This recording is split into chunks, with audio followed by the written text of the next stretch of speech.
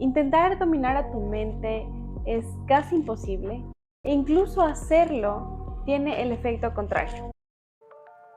No sé si te ha pasado, pero a mí en los últimos días ha sido insoportable estar con mi mente y mis pensamientos. Un montón de ideas negativas alrededor de mí como tú no puedes, no eres capaz, no vas a lograrlo, ¿para qué lo intentas? Todo esto me ha inundado de emociones negativas que realmente es muy difícil vivir con ellas. Y en mi desesperación por dominar a mi mente o controlar mis pensamientos para que no me controlen a mí, me he sentido aún más abrumada por ellos, aún más ansiosa y deprimida por el fracaso de no poder lograrlo, después de haber invertido tanto tiempo y energía en esto. Y bueno, en mi desesperación, recordé una frase muy famosa de Carl Jung, un psicólogo y padre de la psicología moderna, creador de la psicología analítica y también fundador de categorías en la psicología como los arquetipos, las personalidades. Y bueno, lo que decía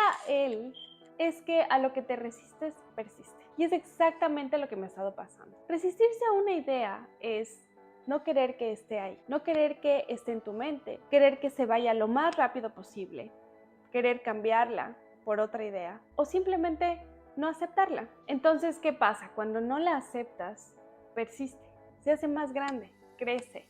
Incluso trae más ideas para que con más persistencia invadan tu mente y ahora ya no solo tienes una idea negativa, tienes un montón de ideas con más argumentos, con supuestamente más evidencias que la sustentan y te asusta aún más. Y en caso de que se te ocurra que para no resistirte a esa idea solamente vas a olvidarla, pues yo también lo intenté. Solamente voy a hacer como si no está ahí. Voy a ocuparme en otras actividades, voy a ocupar mi mente en otra cosa, obviando esas ideas y esos pensamientos que me han invadido durante toda la semana, pero eso tampoco funciona. En la misma frase, Carl Jung te dice, si lo niegas, te somete. Es decir, si solamente estás como fingiendo que nada está pasando y que no estás pasando por un mal momento, que no estás teniendo un montón de ideas negativas, que no sabes de dónde vienen, ni cuál es su propósito en tu vida, pues vas a empezar a sentirte mal, incluso sin saber qué es lo que está detrás de esas emociones. Vas a sentir, o al menos eso es lo que me pasó a mí, sentía una pérdida de mi autoestima, sentía que no era capaz realmente de lograr algo, de lograr las metas que me proponía. Entonces, ¿qué hacemos? Bueno, si te resistes a una idea o a un pensamiento, persiste. Si intentas olvidarlo o negarlo, te somete. Entonces, ¿qué debemos hacer? La misma frase de Carl Jung te da la solución. La última parte de su frase es, cuando lo aceptas, te transforma. ¿Pero qué implica aceptar? Que creo que es la parte más difícil. Aceptar una idea es, primero, acostumbrarte a la sensación que te produce. Aceptar una idea es solamente apreciarla sin juzgarla. Es verla, ver todas sus facetas posibles, apreciar qué es lo que ocasiona en ti y también de alguna forma descubrir el propósito, por qué está ahí, qué necesita o qué ha venido a traerte, cuál es su misión. Aceptarla es como si alguien tocara tu puerta y tú no le quieres abrir y no le quieres abrir y sigue insistiendo hasta que finalmente aceptas que esa persona ha venido a tu vida a algo, le abres la puerta, le brindas un café, te sientas con ella y le preguntas, bueno, está bien, acepto que estás aquí, acepto que no tengo otra opción si no es que darte la bienvenida a mi vida y preguntarte cuál es tu propósito, qué haces aquí, para qué viniste. Pero sobre todo, el punto es enfocarte no en la idea o en la mente, sino en las emociones. ¿Qué emociones has venido a traerme y por qué? ¿Qué emociones me genera esta idea? Me genera miedo. ¿Miedo a qué? Al futuro. Desconfianza. ¿Desconfianza en quién o en qué? En mí misma. ¿Y por qué? ¿Qué es lo que está detrás de esa idea o de esos pensamientos o de tu mente? Si ustedes lo ven bien, la mente es muy capaz de lograr muchísimas cosas cuando las emociones no se interfieren. Y por eso el punto de esta nueva vía para hacer las paces con tu mente y que ambas trabajen por un mismo fin es no enfocarte en tu mente en realidad, sino en lo que está detrás de esas ideas después de que ya las aceptas, y son las emociones. ¿De dónde vienen esas emociones? Hay un libro que me gusta muchísimo que se llama Feeling is the Way y les voy a recomendar que se lo lean, y si incluso quieren algún resumen o que les explique un poco más sobre el libro, me lo dejan en los comentarios y de ley hago un video sobre eso.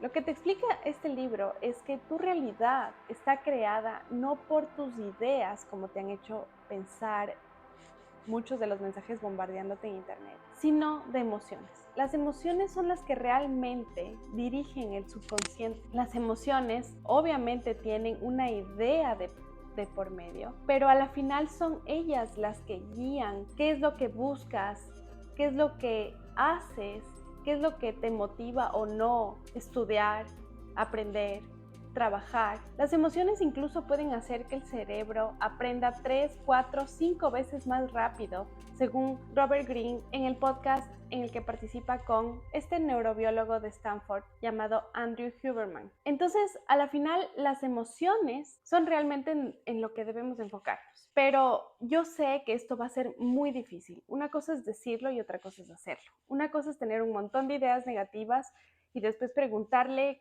qué es lo que ha venido a traer y que te responda el miedo y que después te inunde esa emoción y no te permita ni siquiera continuar la conversación con tu idea. Y esto es así porque según el doctor Joe Dispenza, un científico muy reconocido por sus estudios de neurología, menciona que cuando tú tienes una idea y esta te genera emociones específicas asociadas a la idea, que generalmente son ideas negativas, emociones negativas, que se repiten en el tiempo constantemente, va siendo más difícil de romper. Entonces tiene lógica que tener una idea negativa reforzada en el tiempo porque te has resistido a ella y porque no has querido escucharla, tenga este efecto de requerir mayor energía y tiempo para poder cambiar el patrón neuronal y que ahora una idea te pueda generar emociones distintas. Pero tú me preguntarás, ¿cómo lo hacemos? De lo que se trata es de no intentar cambiar la idea, sino la emoción asociada a esa idea. Y te voy a mostrar cómo lo hice yo. Te conté que tenía estas ideas negativas de no puedes lograrlo, de no puedes avanzar, no vas a avanzar. Después, conversando con mis ideas, aceptándolas y como haciéndome al dolor de que ya están en mi vida, descubrí que lo que venían a traerme era miedo. Miedo al futuro, miedo a intentarlo, por miedo a fracasar, por miedo a fallar. Y al final el miedo es una forma de protección, es una forma de supervivencia. No lo hago porque involucra un riesgo y ese riesgo puede básicamente poner en peligro mi supervivencia. Pero entonces, ¿cuál es una emoción? El miedo ya es una emoción muy fuerte, pero ¿cuál es una emoción lo suficientemente fuerte, pero del otro lado, del otro polo de la gama de emociones que podemos sentir? Y una de las emociones que quería sentir, justamente pensando en que el miedo lo que hace es provocarme también desconfianza en mí misma, es esta emoción, este sentimiento de confiar en mí misma y de confiar en mis capacidades para resolver lo que sea que los riesgos puedan traer a mi vida, para asumir las consecuencias de mis actos. La confianza, la fe, la esperanza, como tú quieras llamarle, son emociones, son sensaciones que hacen que tus ideas rápidamente se transformen, porque si solamente te enfocas en sentirlas intensamente, tus ideas te van a traer a tu mente otras ocasiones en las que te sentiste parecido, ocasiones en las que tuviste esperanza, ocasiones en las que superaste un miedo, ocasiones en las que pensaste que algo malo podía ocurrirte, pero al final confiaste en ti y lograste cumplir una meta, tener éxito en lo que estabas planificando. Entonces, el punto es, según este científico que les mencionaba antes, Joe Dispenza, es enfocarte muy intensamente en las emociones. Y si tal vez ustedes conocen prácticas de mindfulness como la meditación, él recomendaba muchísimo hacer meditaciones en las que solo te enfocaras en la emoción en sí misma, en las emociones que quieres sentir, no en cambiar el pensamiento porque empiezan a inundarte los otros pensamientos de muchas más ideas negativas, sino en enfocarte en las emociones que quieres sentir. Entonces repasemos una vez más. De lo que se trata es, primero, de no resistirte ni negar la idea o las ideas que tienes en mente que no te dejan continuar en tu vida. Después, obviamente, aceptarlas, aceptar que están ahí y hacerte amiga. A la final te están acompañando por varios días o en algunos casos por varias semanas e incluso meses. Ya están ahí. Invítalas a pasar, invítales un café y pregúntales cosas. Luego, enfócate en la emoción que han venido a traer. Y si esa emoción no es algo que te gusta porque es negativo, porque te limita, porque no te permite continuar, pues enfócate en una emoción contraria. El decidir tener esa emoción contraria y practicar, sentirla muy intensamente durante varios días, varias veces al día incluso, puede hacer que cambien estas ideas. Pero otra vez, no te estás enfocando en dominar a tu mente, sino a tus emociones. Yo sé que es súper difícil. En realidad espero que al menos intenten estas otras vías para hacer las paces contigo misma. Y si les gustó ese video, coméntenlo. Si tienen dudas, también háganlo, porque tal vez otra persona esté en la misma situación que ustedes, tenga las mismas dudas o tenga respuestas a esas dudas, y así todos podemos ir ayudándonos mutuamente. Espero poder seguir compartiendo con ustedes más momentos como este. Y recuerda, tu mente y tu cuerpo están preparados para protegerte y para sacarte de donde sea. En lo único en lo que tenemos que enfocarnos es en la emoción correcta.